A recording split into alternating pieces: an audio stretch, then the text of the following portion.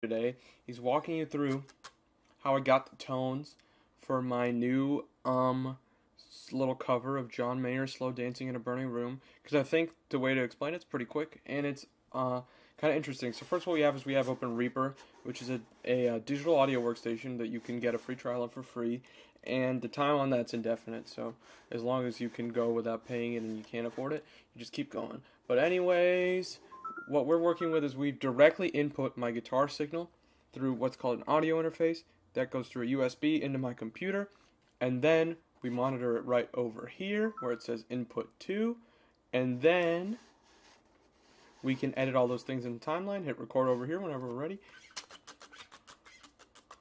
and all those sounds come out.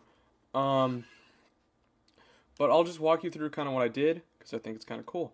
So you go to Effects, which is where we put all these virtual sound technology, VST plugins. So I have 3 different plugins running simultaneously, and what they do is they simulate different effects on your guitar.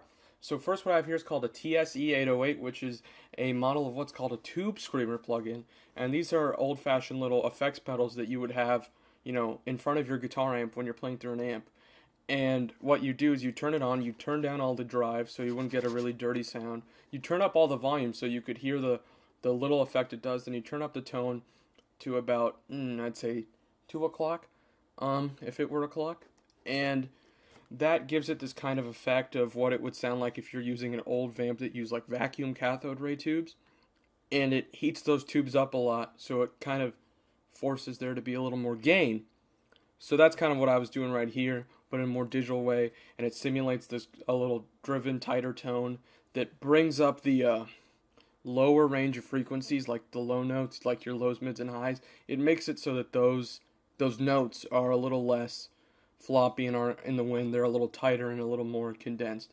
So then we go to what I call, or not what I call, it's what it's called. From the guitar player for a band called Periphery. It's a little, heavy metal band. This is his ToneForge plugin, which is meant to design and model his amps. So it has a clean crunch and a lead tone.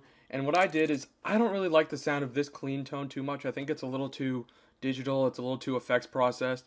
So what I did is I just left this kind of blank. I didn't mess with anything except compressed it. So this tone is really kind of fat, and all of your frequencies and all of your notes, the distance between each sound, like if you compare 2 notes, any 2 notes, the volume of them are going to be basically exactly the same, and that's on purpose.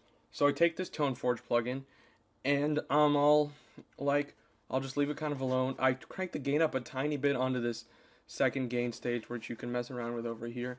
But then the thing I did that I think is cool, is I run it through this other plugin that's an amp sim of this guitarist I also really like called Pliny.